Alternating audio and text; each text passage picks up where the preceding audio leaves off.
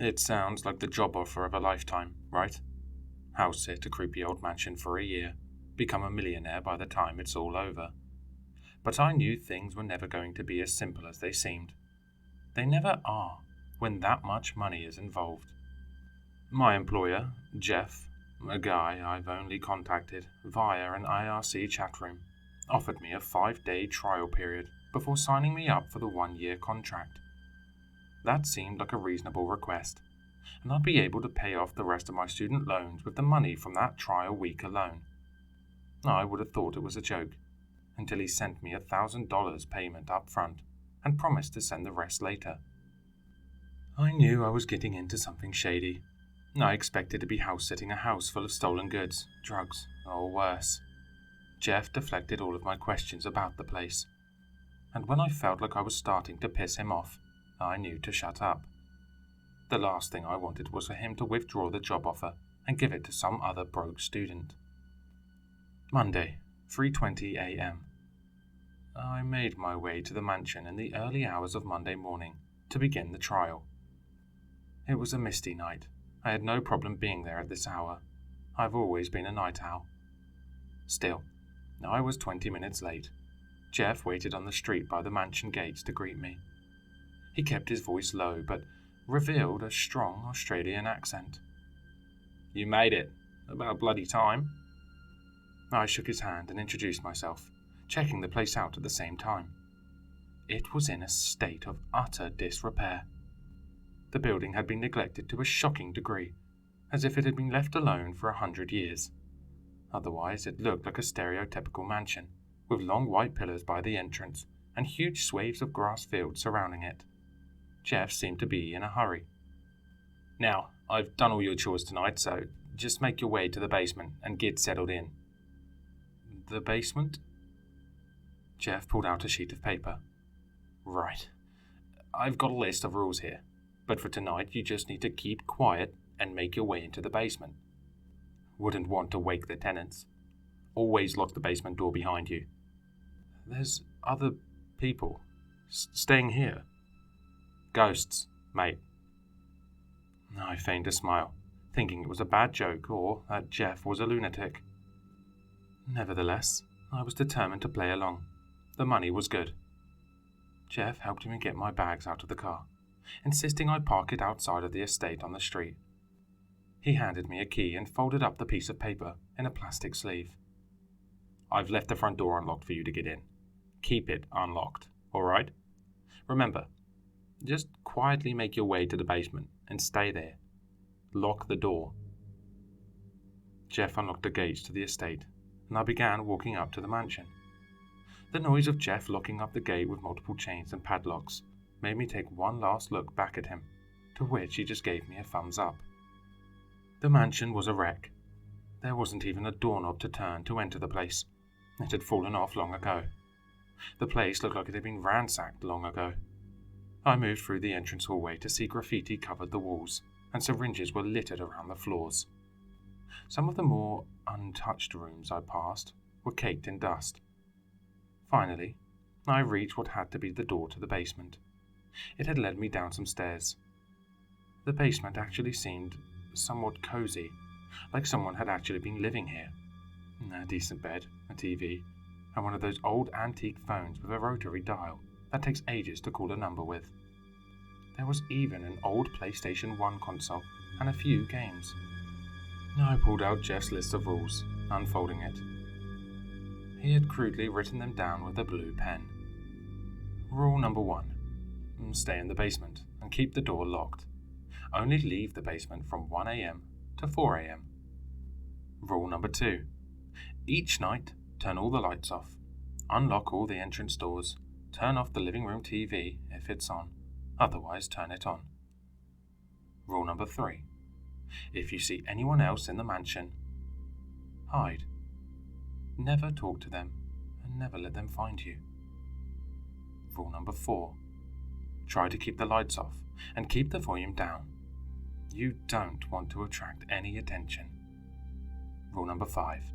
Help yourself to anything in the fridge. Rule number 6. Make friends with the dog. Give it a treat each time you see him. Rule number 7. Answer the basement phone when it rings, but never say anything. Hang up if the call goes on longer than a minute. And last but not least, rule number 8. Never leave the house. The exceptions being Friday 3 a.m. I'll be watching for you by the gates. I checked my phone. 3:45 a.m. I went up the stairs to the basement door, then closed and locked it. Heading back down the stairs, I resolved to play some PlayStation games, assuming that Jeff had left them behind to keep me from losing my mind to boredom. Monday, 7:11 a.m. I was beginning to unwind and unpack my bags when I heard the faintest noise coming from above me. It sounded like muffled talking, and I couldn't make out what they were saying. I wondered if what I was doing was even legal. Do these people know Jeff? Is Jeff a squatter and I just took his place so that I can take the blame when these people inevitably come down to the basement? I wondered who they were, the original owners of the house. Drug addicts? The police? I thought it would be best to just keep quiet and get some rest. I had bought some earplugs for just the occasion. I checked my phone as I lay down in bed. No service and no Wi-Fi. Monday, 5:13 p.m. I awoke to a large banging against the basement door. Someone was knocking on it, with a closed fist or a hammer, I don't know. I kept quiet until it passed. I felt peckish, but I hadn't packed any food with me. I reread the list a few times over, trying not to forget anything. I thought about how I hadn't seen a dog and wondered where the hell the fridge was supposed to be, because it certainly wasn't in the basement. I kept on playing the PlayStation for a few hours to distract myself from my hunger and the muffled voices upstairs, deciding to wait until 1 a.m. to search the house for food. Tuesday, 1 a.m. I stared at my phone for a few minutes until it was finally 1 a.m. The voices stopped long ago. I guess they left or fell asleep. I half expected to see someone waiting for me as I unlocked the basement door. It was damn creaky as I slowly pushed the door open. I was very much aware that Jeff knew there would be other people here, and for whatever reason, he wanted me to do my chores without ever alerting my presence to them.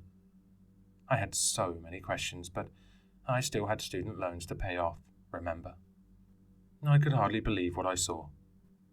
The house that was last night in such a terrible state was fully repaired and looked amazing, even in the darkness. I had to pinch my arm to convince myself I wasn't dreaming.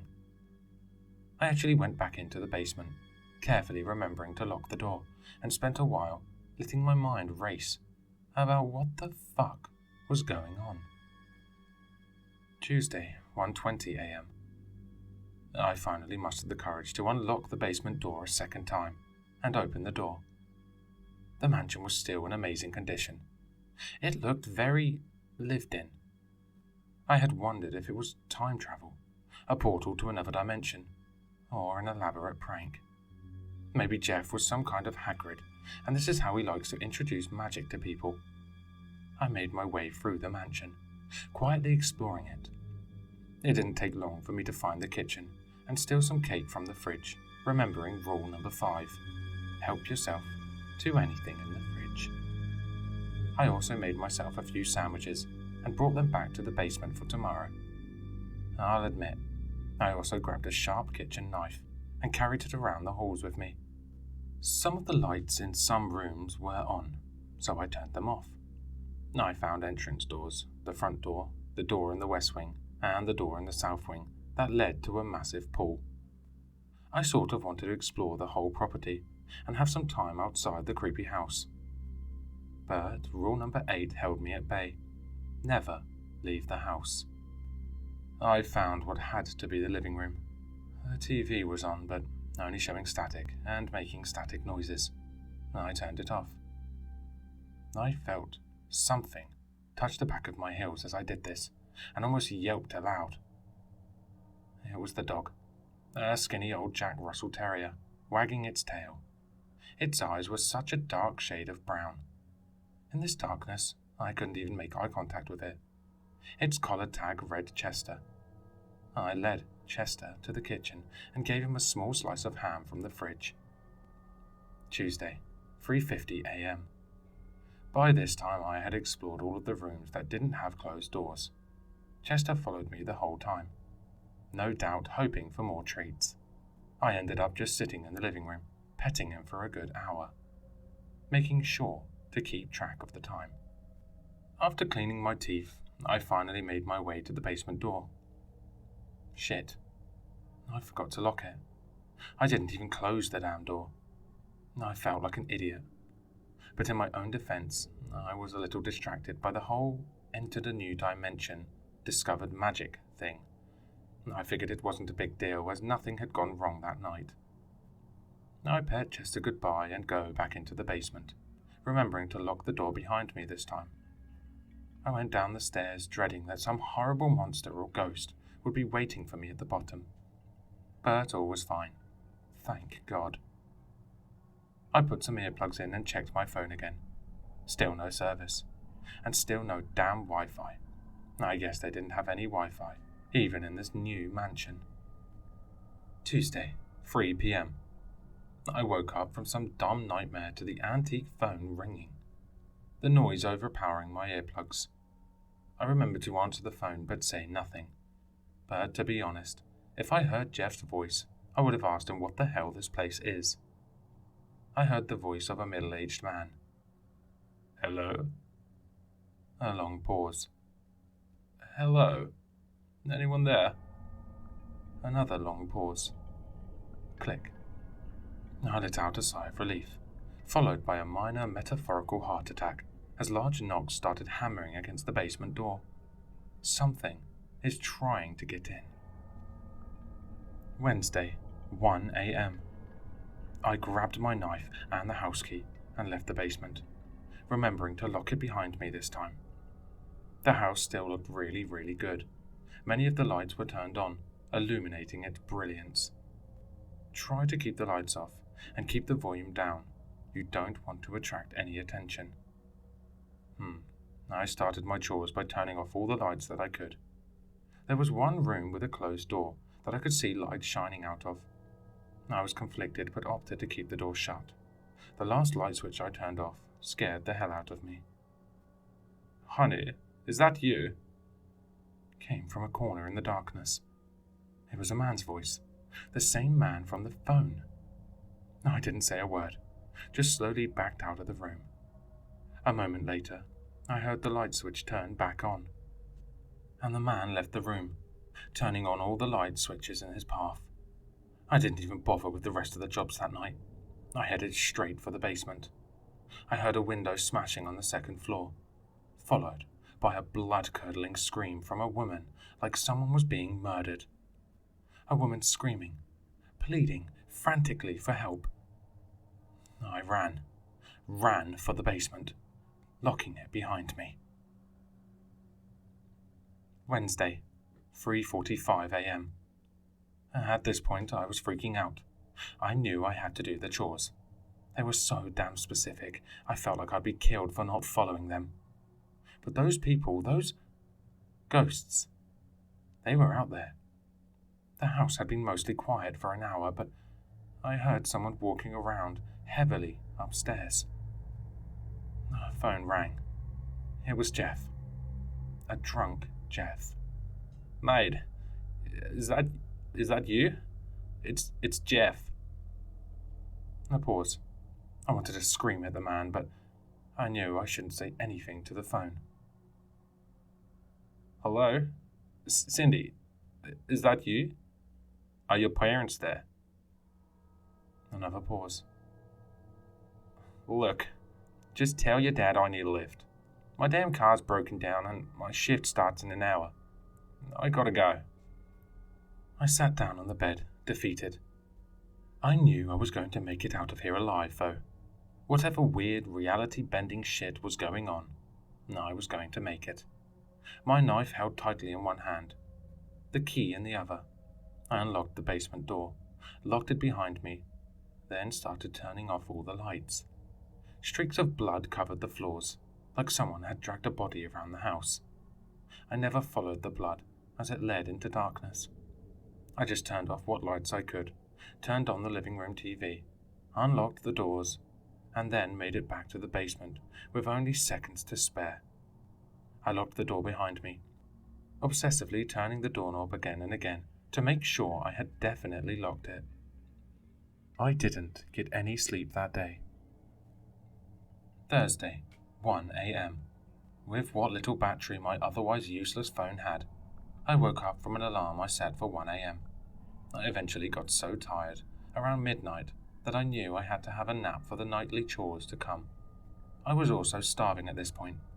I hadn't eaten anything since Tuesday afternoon, those sandwiches I took back with me. I did all my jobs, practically ransacked the fridge too. The blood streaks from last night were gone, and you better believe I held that knife tightly in my hand the whole time. My little pathetic protection against whatever otherworldly horrors were going on. A new room was open tonight, the light left on. I was shocked to see someone in the bed there. It was a girl's room, pink walls, unicorns and princess decorations. All the stereotypes. Big letters painted onto the wall, spelled Cindy. I figured this was the girl Jeff thought he was talking to last night. The slightest noise behind me, and I spun around, seeing Chester looking up at me, wagging his tail. I reached into my pockets, pulling out a sausage I had for just this occasion. I kneeled down and gave it to him, trying not to wake the girl. In the light, I saw Chester's true eyes for the first time. They were fully black, devoid of colour. Even the sclera, the white part of an eye beyond the pupil, was fully black. Daddy? In a split second, I simultaneously leaped up from my knees in fright and began running, while looking back at the girl. I only saw it for a second before I was out of the room, but the girl's eyes were fully black like Chester's. Ear-piercing screams came from her room. I ran like hell down the hallway. A light came on in front of me, and I darted off to the side, into another room. A man, the father I'd already heard from, came running down the hallway, past the room I was hiding in, and into Cindy's. Cindy was screaming and sobbing uncontrollably. All I heard from the father were soft words of comfort. I snuck my way towards the basement, locking the basement door, as always. Thursday, 6 p.m. I got some much-needed rest. Thank God for Jeff's PlayStation, because I was desperate for anything to take my mind off the situation I was in. I took a break to listen to the loud knocking on the basement door. This time, I slowly crept up the basement door and pressed my ear to the door when the knocking ended. It was the father, mumbling and grumbling about something I couldn't quite make out. "Hello," he said through the door. I froze, and my heart stood still. It was like he knew I was on the other side of the door. I didn't say a word, and a moment later, I heard him walk away. Friday, 12:50 a.m. I heard footsteps above me. I had never heard footsteps this late before, so I opted to do my chores later, in case any one of those things were roaming around. Friday, 1:10 a.m. Screaming. That blood-curdling woman screaming from upstairs. This time muffled due to me being in the basement, but no less horrifying. The phone rang. I hesitated, but answered. It was the woman, pleading for her life, begging for help. She kept giving the address of the mansion. I didn't even hold the phone to my ear. I laid it down and stood in the corner of the basement with my fingers in my ears. Then after a minute, came back to hang up on her. Friday, 2:40 a.m. Jeff said in his list of rules that he'd be waiting for me by the gates at 3 a.m, so I guess I could finally leave this messed up place. I didn't bother packing my bags. No, I didn't want anything slowing me down. I left the basement, locking it for the final time. The floors were streaked with blood again, I did my chores and didn't come across any trouble. The house was dead silent. Chester appeared, worryingly wagging his tail. I gave him a treat. It seemed to cheer him up. That dog is always hungry. You'd think nobody feeds him. I left through the entrance door. It was a misty night again. I followed the road to the gate, where Jeff was waiting for me. How'd it go? I didn't say anything to him, folding my arms both from the cold night air and extreme uncomfortableness. Jeff unlocked the gate and handed me a suitcase full of cash. $14,000, he told me. As he turned to leave, I couldn't help but ask, Jeff, what the hell is this place? Jeff paused for a moment. The house of the dead. The house of my old friend. He murdered his wife and daughter here, and all of their souls have haunted this place since. I don't get it. Why do you need someone to do all this stuff? The less you know, the better. Your single-year contract starts on Monday, if you take it. Message me over the weekend, all right? I nodded. Jeff got in his car, and I asked one final question before he drove off. Jeff, did you try to call me? Or was that the ghosts? Jeff just looked at me, quizzically, then frowned, and shook his head no. Monday, 3 a.m. I did my research on the place. I mean, who the hell wouldn't? I was about to live in the damn place for a year alone, with my only company being an undead ghost dog. The father and Jeff were co-founders of a wealthy business, involved in imports and exports. I don't know the official story, but if I don't survive this next year of my life, I need to put my suspicions out there. Jeff murdered that family. He went mad. Because of this, they've haunted him for it. Eventually, Jeff figured out to end the haunting from ghosts, you must haunt them first. I am a distraction. That is my purpose. Turn the lights off when they should be on. Distract the ghosts. Make them forget that they're dead, and that the man who took everything from them is still out there. I should care, but the money is good.